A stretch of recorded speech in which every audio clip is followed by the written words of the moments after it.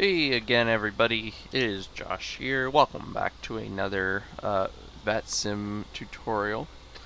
Today we are not actually going to be using Euroscope, but I am going to be explaining to you how you can too be a controller.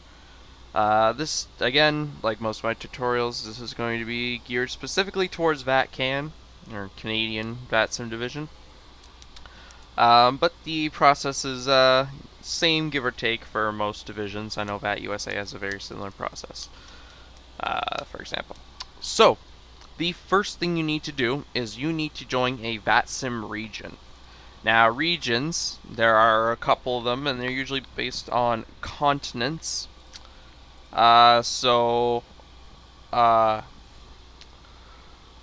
The continent, so we got Africa, Middle East, Asia, Europe, North America, Oceania, and South America. So, once you join VATSIM, you'll be prompted to make one of those choices. And once you make those choices, it's really hard to get out of them. So, choose wisely. North America is what I'm in, obviously, Canada. So once you join a region, then you will be prompted to select a division. Now, divisions are comprised of basically countries.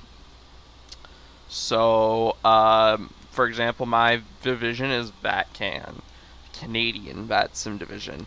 There's also VAT USA, VAT Mexico, VAT Caribbean. There's also like VAT UK over in Europe. There's VAT Germany. You get the gist of it.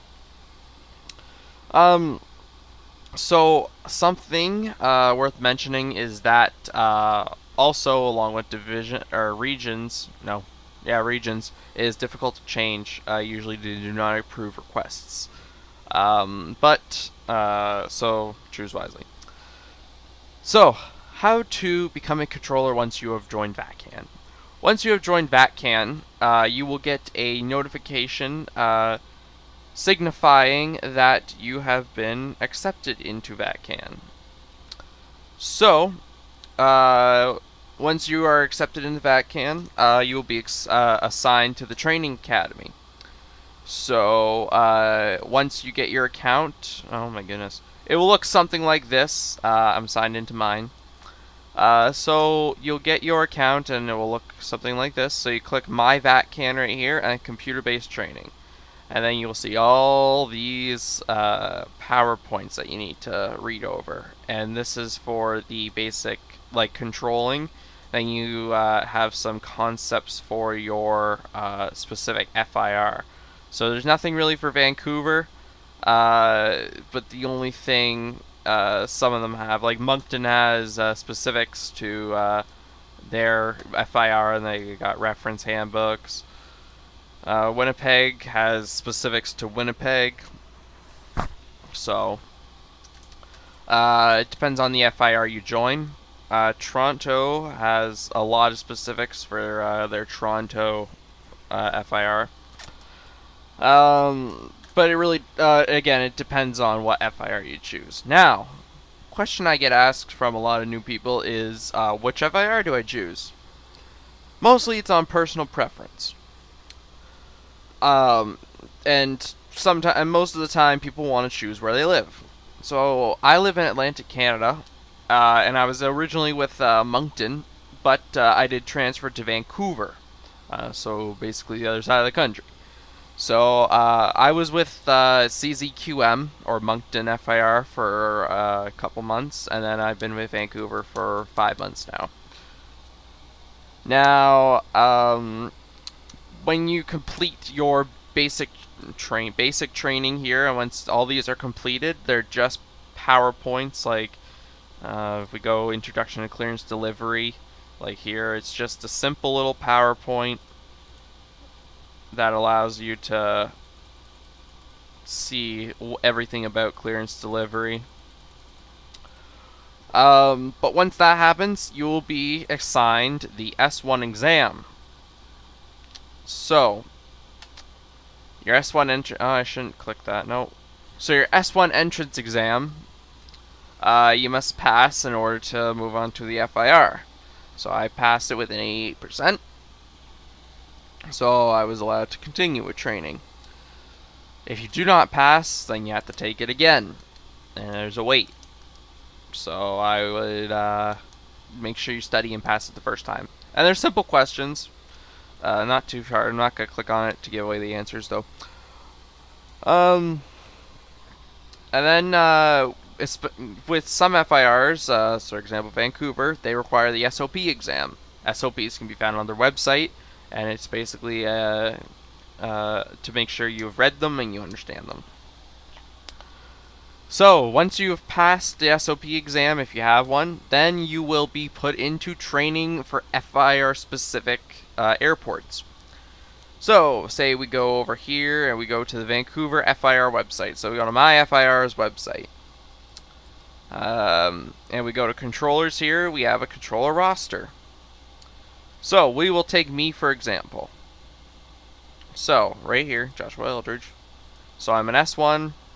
And then this is basically what shows you what you can do.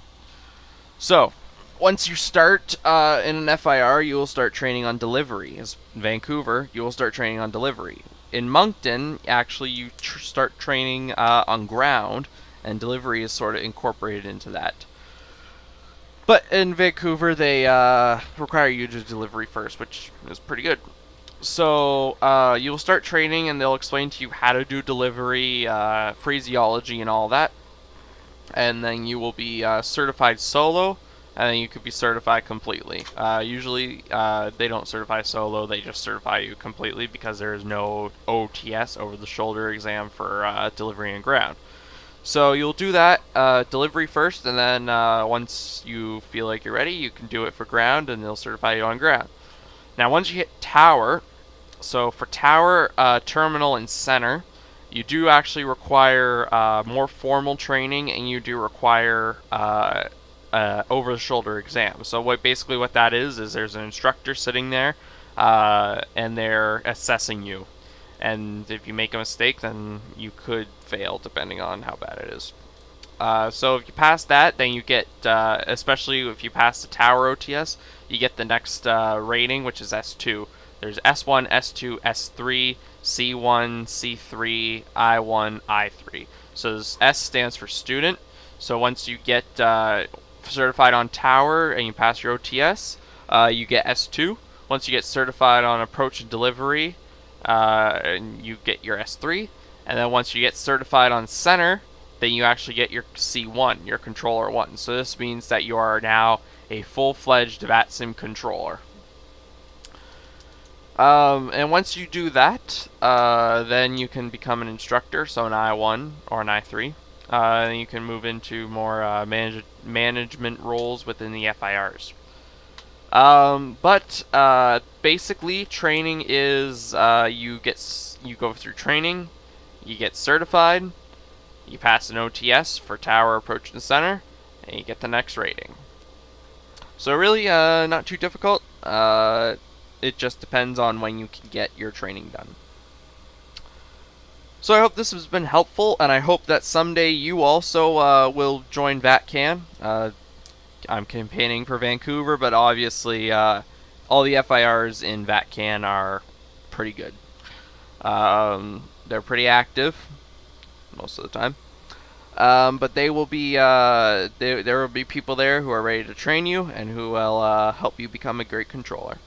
So until next time, stay flying, and hope to see you in the skies.